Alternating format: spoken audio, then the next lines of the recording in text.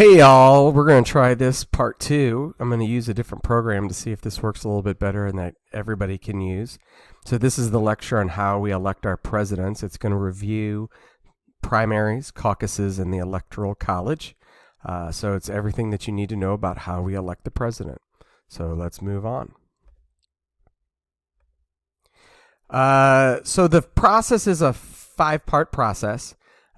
Candidates announce usually 1 to 2 years ahead of the race. So in late 2018, early 2019 is when the Democrats started to announce that they were running against Donald Trump.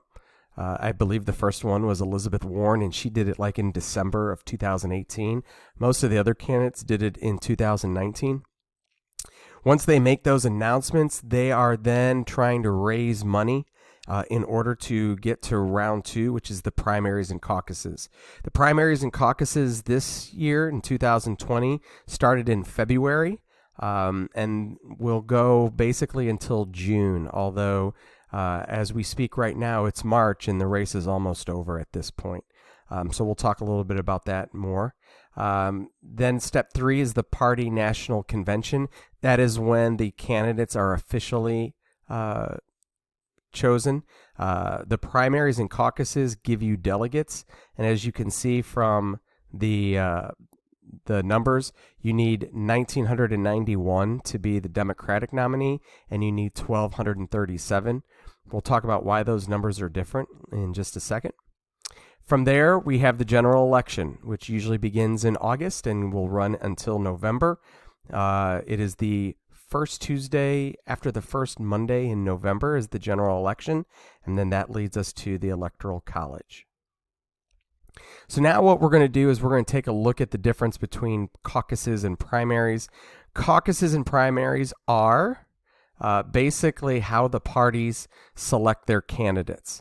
The old system, before we had primaries and caucuses, was that the parties and the party leaders basically chose who the nominees were going to be. And so you had the parties selecting, for instance, Teddy Roosevelt. You had the parties select FDR. You had the parties select all of those old presidents. And then basically in the 1960s, we start to begin to switch over to primaries and caucuses. What is the difference between a primary and a caucus? A primary is a statewide vote. It is basically what you think it is. You go to the polls and they give you a ballot and you vote on it and you're done. So it's pretty much what we do when we vote normally. There are 2 different kinds of primaries. You have open primaries. An open primary is when you as the voter arrive and then they ask you which ballot would you like, the Democrat or Republican one. So you are able to vote on either one. Whereas in a closed primary, those states, when you register to vote, you have to register as a Republican or Democrat. And so when you arrive to vote on primary day, they know what ballot to give you because they give you the one you were registered to. So open primaries, you get to choose. Closed primaries, you don't. Blanket primaries, don't worry about because those don't exist any longer. Caucuses are very different. Caucuses are a statewide meeting where you basically vote with your feet. So at a caucus, you would sign in.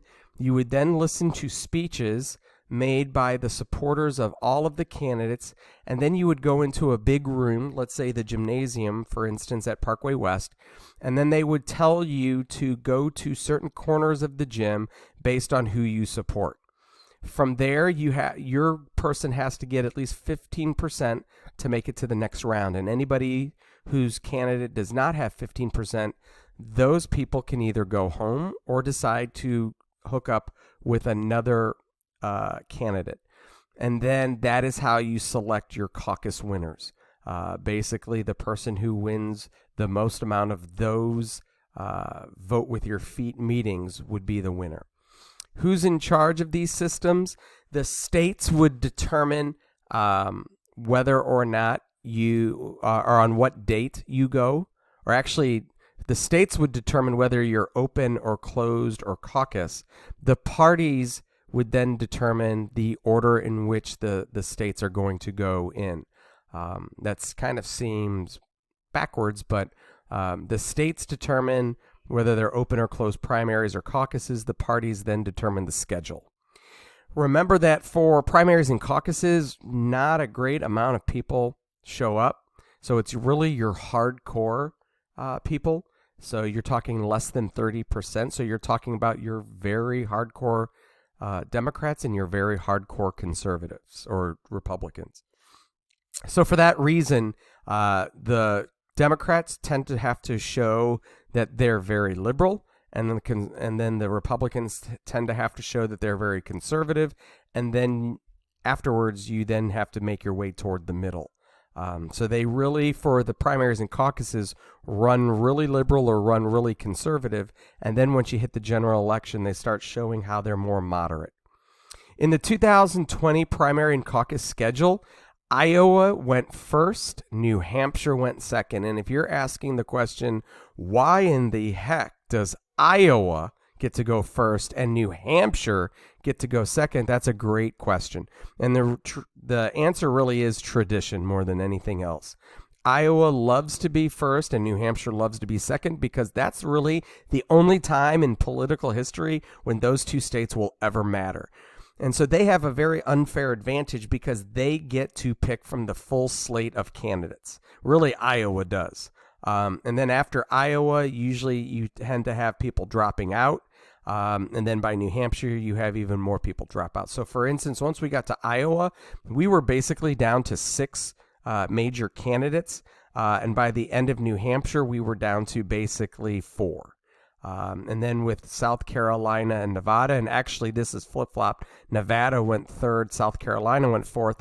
The good thing about those 2 states is that they have a way more diverse population. Iowa and New Hampshire are very homogeneous, very white, very few minorities. Iowa, it's all about farming. New Hampshire, it's more about manufacturing. So they're they have very strict constraints about who you try to get support from. With South Carolina and Nevada, you have a lot more diverse in businesses. You have a lot more diverse population. And that is when Joe Biden really started to make his run after South Carolina with the African American vote, which is huge in the Democratic Party, and that's when he really started to rip off wins. You don't see a large African American population in Iowa or New Hampshire, and so he really didn't have things going until Nevada, where he came in second, and then South Carolina, where he came in first. There are some problems with these systems. Number one, front loading. As you might imagine, you want to be one of these first 4 states or as close to those first 4 states as you can. And so what states will do is jump up in the schedule in order to get closer toward that first group. And that produces a lot of pressure on states to move up. That is called front loading. And that's where you see a huge, large amount of states early on, and they're trying to get as close to Iowa. If you leapfrog Iowa, then Iowa leapfrogs you. And so what front loading also does is it pushes the schedule earlier and earlier and earlier. This used to start in March, and now it happens in early February, sometimes in January. The other thing is that it absolutely focuses on money and advertising. And this was the Bloomberg strategy. Michael Bloomberg entered the Democratic primary and caucuses late, but he spent a tremendous amount of money hoping that his money and his commercials would get him support. And for him, it didn't work. And he ended up dropping out and backing up Biden. So in a quick review, primaries are more like general elections. You go to the polls, you cast your vote. If you're an open primary, then you get to choose. If you're a closed primary, you get whatever you're registered for. This is the method that most of the states use. For caucuses, it's a closed meeting for party members.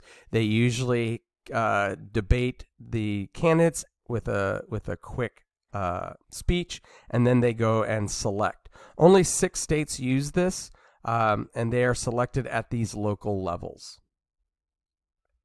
All voters can vote in an open primary. So if yours is an open primary state, everybody gets to show up and they ask you.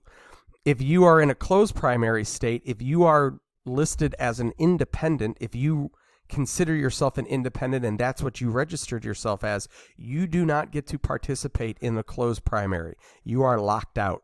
You only get to vote when it comes to general election time. So that's really a downfall of the closed system. Why would we do a closed system? I'll let you look at these issues and why would you not want this. So you might want to freeze your video here and just take a look at these. They're pretty self-explanatory. Here is a quick map of what states currently use. As you can see, Missouri is an open primary state.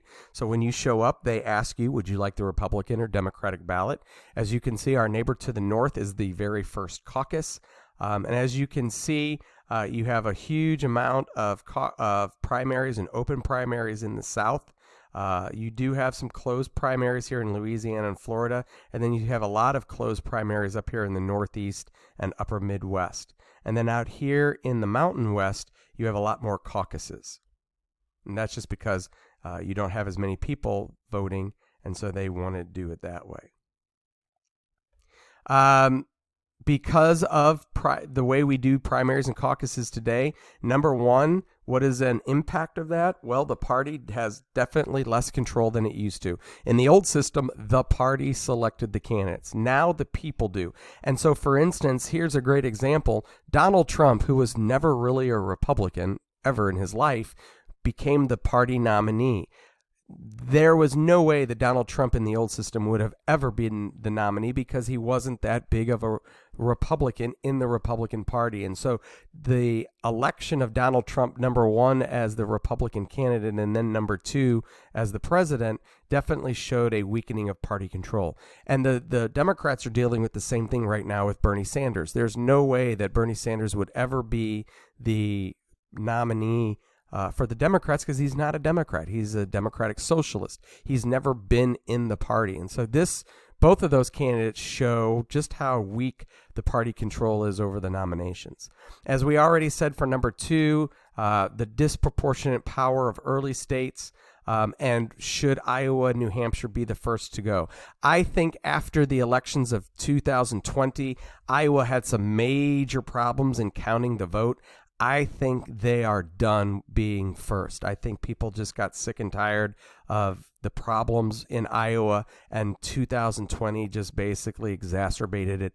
I am going to predict that we're going to start to see a new first state. I'm going either with Nevada or South Carolina, or it could be somebody totally different and be really like a swing state like Ohio or Michigan or Pennsylvania. But we'll see.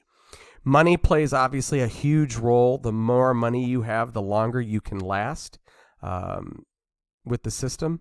And then obviously the final impact is that these candidates are being selected by a very small number of voters. And so is that the best way to do things? So, and remember that those people who do vote tend to be older, richer, and more educated. So that definitely impacts the system.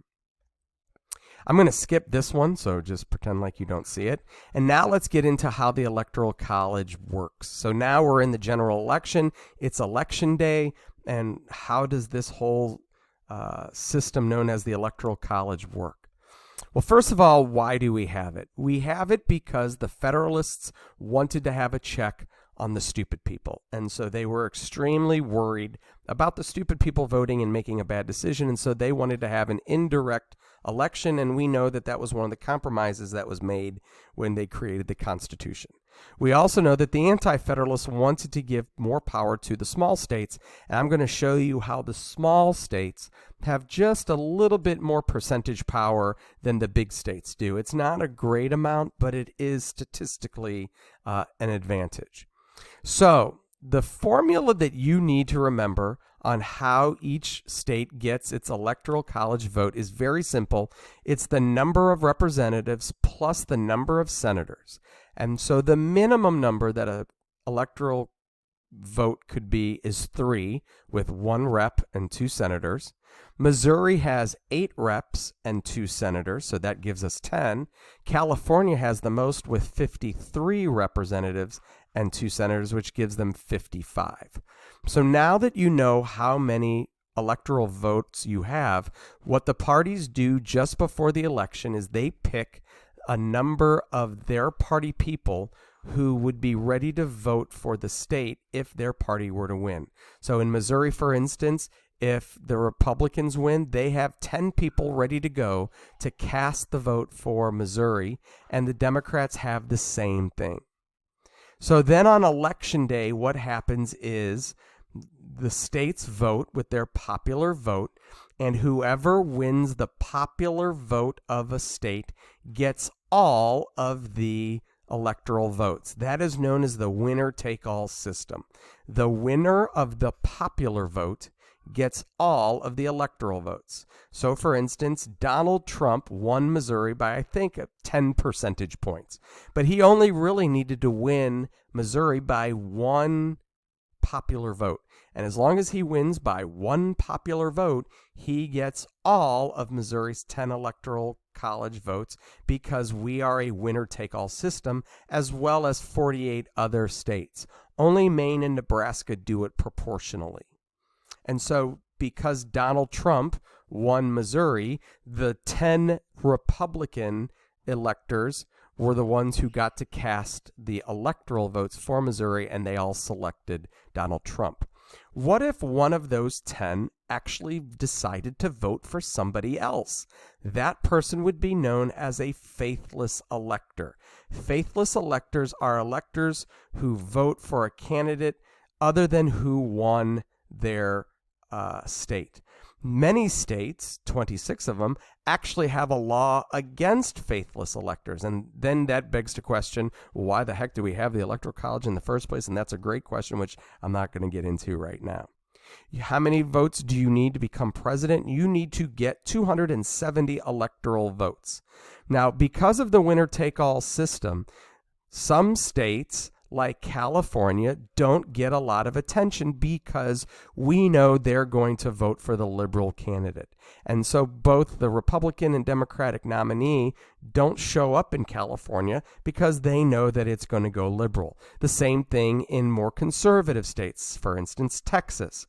The Democrats don't really go after Texas that often and that much because they know that the Republicans are most likely going to win. This then creates a situation where the candidates really only campaign in the 5 or 6 swing states that are truly competitive. And those would be Pennsylvania, North Carolina, Michigan, Ohio, Florida. Those are the ones that are competitive enough where that winner-take-all system is truly up for grabs. The other thing that you'll notice is who suffers with the winner-take-all system. Third parties do, because there is no way that the third party is really ever going to win a state popular vote. In 1992, Ross Perot gained 19% of the popular vote when he ran as a third-party candidate. How many electoral votes did he get? 0. Why? Because that's the way the system works. And so he got 19% of the total popular vote, but received 0 electoral votes. That's another downside of the Electoral College.